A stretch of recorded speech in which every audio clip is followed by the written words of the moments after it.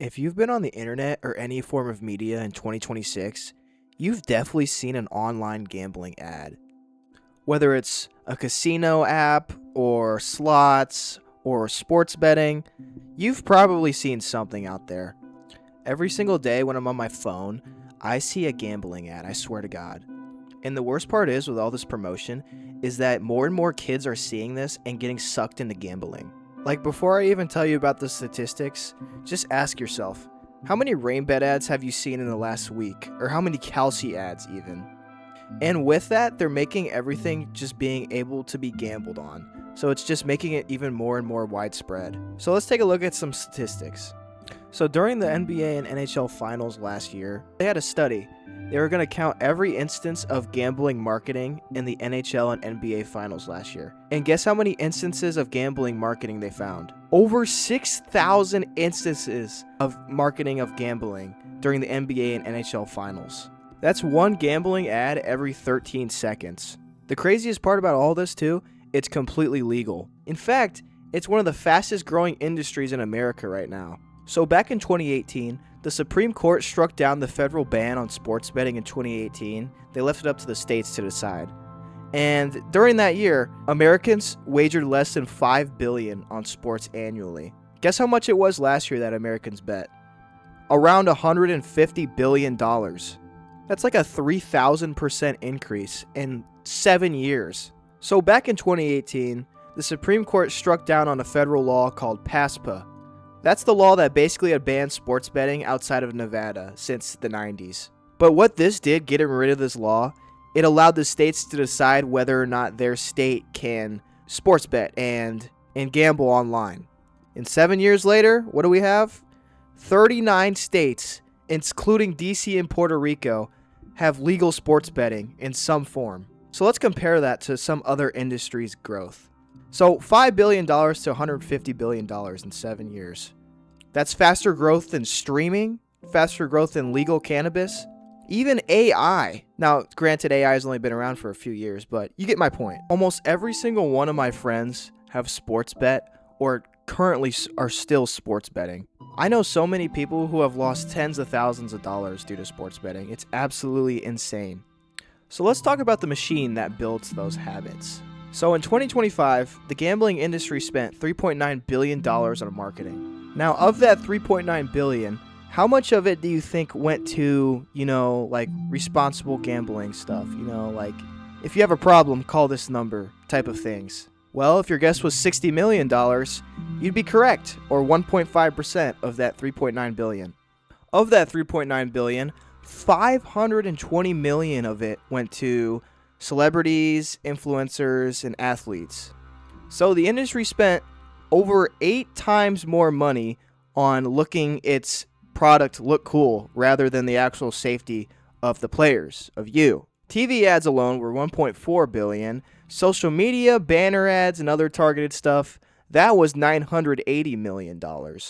It got so bad, the NFL had to cap the amount of gambling ads there were at the Super Bowl. They capped it to a max of 6 betting commercials during the Super Bowl in 2025. I don't think this needs to be said, but I think it's kind of a problem if you need to cap the amount of ads that you'd have on the Super Bowl in one industry. So let me tell you about another study that I found. So there was a 2026 study. It was called Pathways to Parlays, and it looked specifically at how young people are being exposed to gambling content online. So here's the trick that the industry figured out. Because on most of these social media platforms, there are ways of protecting against gambling ads. So instead of running an obvious paid ad that platforms can detect and label as gambling ads, the gambling promotions are just using influencer content. So for example, there will be a guy on TikTok posting his hit parlay on TikTok, and then an athlete casually mentioning his sportsbook partner, or a streamer showing his bet slip live. It'll be something packaged in this type of advertisement. And none of it gets flagged as an ad. And it's working very well for these gambling companies. Researchers found that 45% of people in this survey had watched gambling-related content in the past year, even though most of it wasn't something they searched for. It was just served to them by the algorithm. So they tested this directly. They checked whether TikTok, Instagram, and YouTube were actually keeping this content away from minor accounts, so kids accounts, like their policies claim to. All 3 platforms failed. And the effect isn't so subtle. Minors who'd watch gambling content on social media ended up betting more than twice as much as kids who hadn't seen it. So in the past year, boys 11 through 17, 36% of that age group had gambled before. And it gets worse when you get to older kids. 16 to 17-year-olds, about 50% of them had gambled at some point. A study of 9 million NFL season bettors found that 60% of bettors generate just 1% of total sportsbook revenue.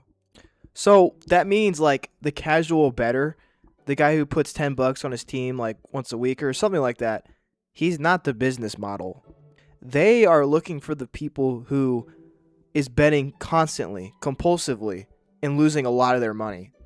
That is their target customer, not the casual bettor, the guy who is constantly losing money. This entire industry is created to make more of those people. It's all made to make it think it's not a bad thing and it's very casual and you can do it a lot.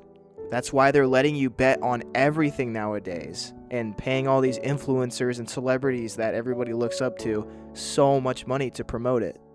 They want to make it seem like it's this harmless, casual thing that can be done by everybody. Let's talk about what a severe gambling addiction leads people to. So somebody with gambling disorder, which is pretty much somebody who just can't stop gambling, somebody with this disorder has one of the highest suicide risk rates of any addiction. Roughly 1 in 5 people with a gambling disorder attempt suicide at some point in their lives. That's a higher rate than what's seen with alcohol or drug addiction, which is actually harming your body.